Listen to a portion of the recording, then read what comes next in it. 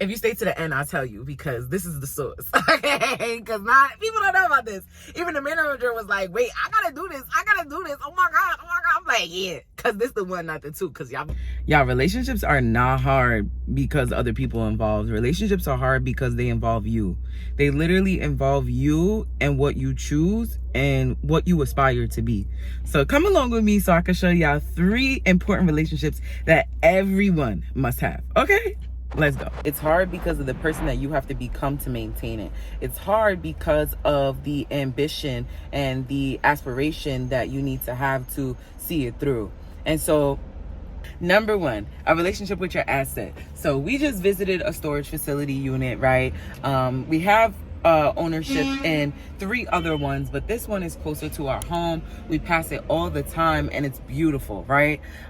So we went in and we just, spoke to who was in there. Beautiful conversation. Really made ourselves available to get insight on what the actual property has, what it's doing, and what they're really looking for. But you see, before I got there, I had to do some research. I had to find out what it was that I wanted to ask. I had to establish what videos I wanted to take, what information did I wanted to come back with, right? Because your asset should not only be an asset to your life, but it should also be cash flowing, right? So with that, you want to make sure that the asset relationship that you have, whether that's a storage facility unit, whether that's your YouTube channel, whether that's your stocks, whether that is real estate rental property or portfolio, these are all things that should be adding value to your life, adding information, adding income. And so if your assets are not adding information, adding income, adding strength or value to your life, then it's giving liability. And we need to check that immediately. So let's go to the second relationship and let's see how this interaction goes. All right, so now we're at the second most important relationship that you need to have. And that's going to be your responsibilities and your organization. So right now we are taking care of our responsibility. This man is smoking weed in the damn parking lot. I mean, listen. You do what you want when you're popping. So let's check in, because I don't know how they are about cameras and funny things, but let's go. Can you imagine if I was a vlog girly? I don't know. I could be whatever I want, so it's really up to me. And that's the power of a relationship. When you know that a relationship, it starts with you, boo. It's the brand sending packages for me. For me.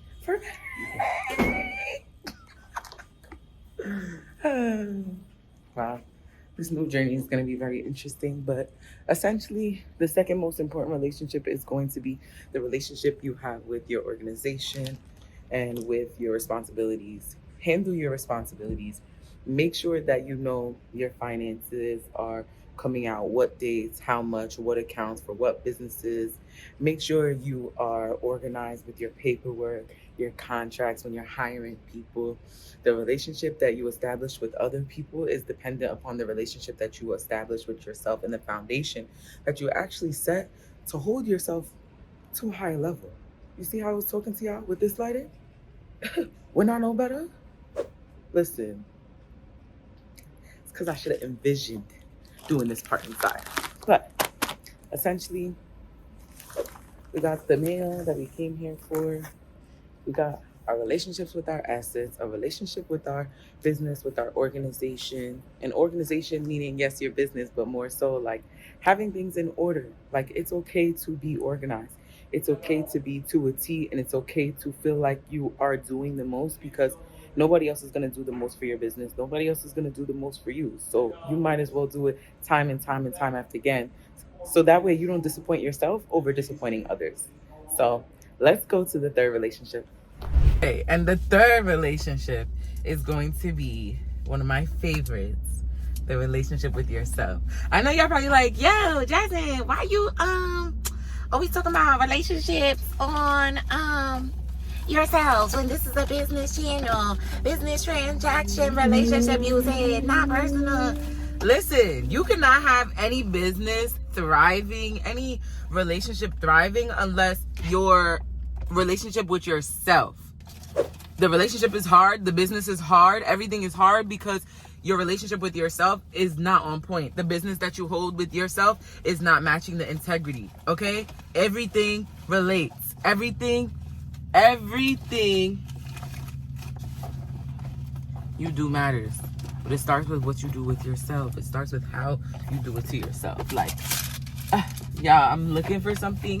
Found it. I know y'all probably like, relationships are not going to work if you are not right with yourself. If you do not have a powerful connection with yourself. And by yourself, I mean knowing your mind, knowing your spirit, knowing your emotions, knowing your physical, right? Knowing all of those attributions and how they're tied into what you're doing every single day is going to be powerful with any other person, with any other business, with any other connection. Listen, we do not get to indulge in the chicken fillet because when I live right there, so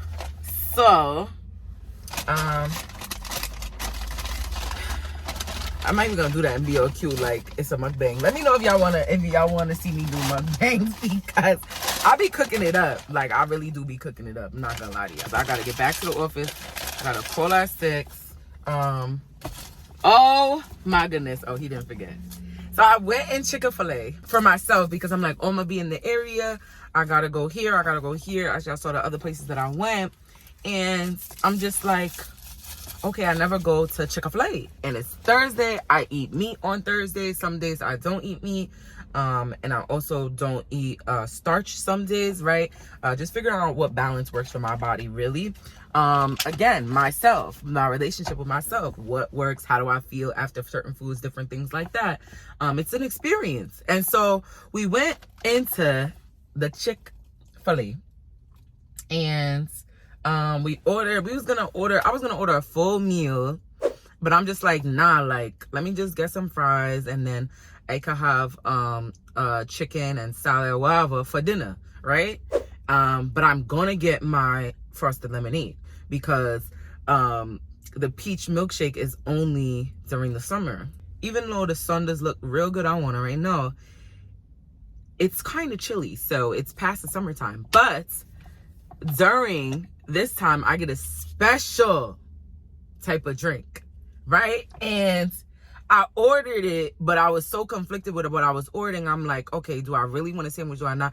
No, let me just get the fries. This is what I was craving. This is what I want. Let me treat myself. I did everything I needed to do for this morning, content-wise, in addition to earlier in the week and crossing all these different measures and even celebrating myself a little bit with French fries. I can do that, right?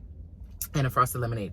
But I ordered just the frosted lemonade. I always get the frosted lemonade with something in it. If you stay to the end, I'll tell you because this is the source. Okay? Because people don't know about this. Even the manager was like, wait, I gotta do this. Oh my God. I'm like, yeah. Because this the one, not the two. Because y'all be getting rid of the peach too fast. But I digress. Because what is banana pudding? But some people like that. I haven't had it yet. So I can't say that I don't like it. But essentially, I ordered the wrong thing. I'm like, should I just order another frosted lemonade with such and such because I forgot to order it the first time? I'm very sorry. I didn't even say I'm very sorry yet. I was about to, and he took it and he threw it out and he was like, I'm gonna make it better. I'm like, I did not want you to do that. I did not want you to throw that out. Like, you could have, I was like, you could have just, I literally was in the process of asking him, this was worth it. Cause I'm debating, I'm like, should I just order another one? Or should I just ask them to give me a cup? And he smiles and he takes it. And I'm like, he's like, I'm gonna make it. I was like, oh, okay. And he throws it out. I'm like, I didn't want you to do that. I didn't want you to have to throw it out. I don't like waste. I don't like that. And that's why I was debating because I ain't like, they already made it. And I'm like, I don't want you to waste that. And then he went back there. He made it and he came back and he was like, this is very interesting. I'm going to have to T word. He said the T word. I forgive him though because he helped me out, but he did say I'm gonna say it in a different way, but he said the T word. But he was like, I'm gonna have to have that one day. I'm like, what? I'm like, oh yeah, you got to because you know, I only do this when the peach milkshakes are gone because it's no longer summertime. He's like, oh, that's smart. That is smart. And I'm like, yes, it is. So I say all of that to say is speak up for what you want. Because if you don't ask for it, then you won't receive it. And even going to the storage facility earlier as my asset relationship and working on more assets, right?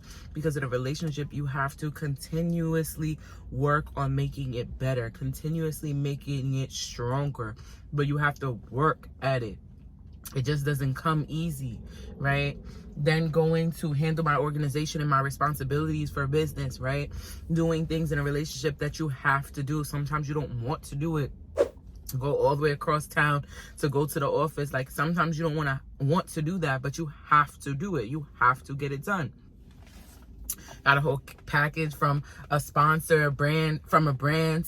And it's like, more oftentimes the things or the times you don't want to do something, when you do it, God blesses you and puts someone, something, or a feeling present, right? And so pay attention to that. Pay attention to who's in front of you. Pay attention to what happens to you. Pay attention to how you feel when you're doing something that you initially didn't want to do, but then you end up doing it anyway because you know it was the right thing to do. Knowing how to speak up for yourself and establishing a relationship where you know what you're asking for is what you deserve, right?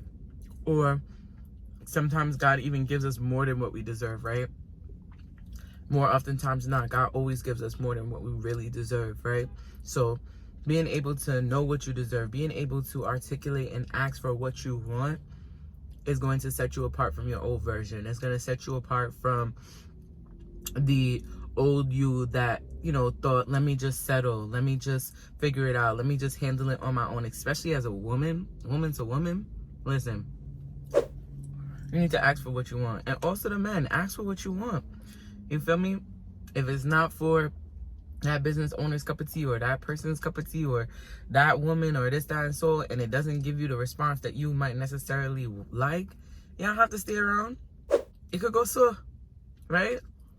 But establishing the fact that you can speak up for yourself allows then the position for others to be able to speak up for you, for others to be able to speak highly of you, right? Because you're assertive and you're initiative with what you want and what you do. And so that is really the third most important relationship, if not first. Like, establish a relationship with yourself where you speak up for what you want, where you speak up for what you need, where you speak up to be held at a higher standard. And it's okay to be held at a higher standard. It's okay to feel like you're held at a higher standard, because you are, especially when you're working on yourself.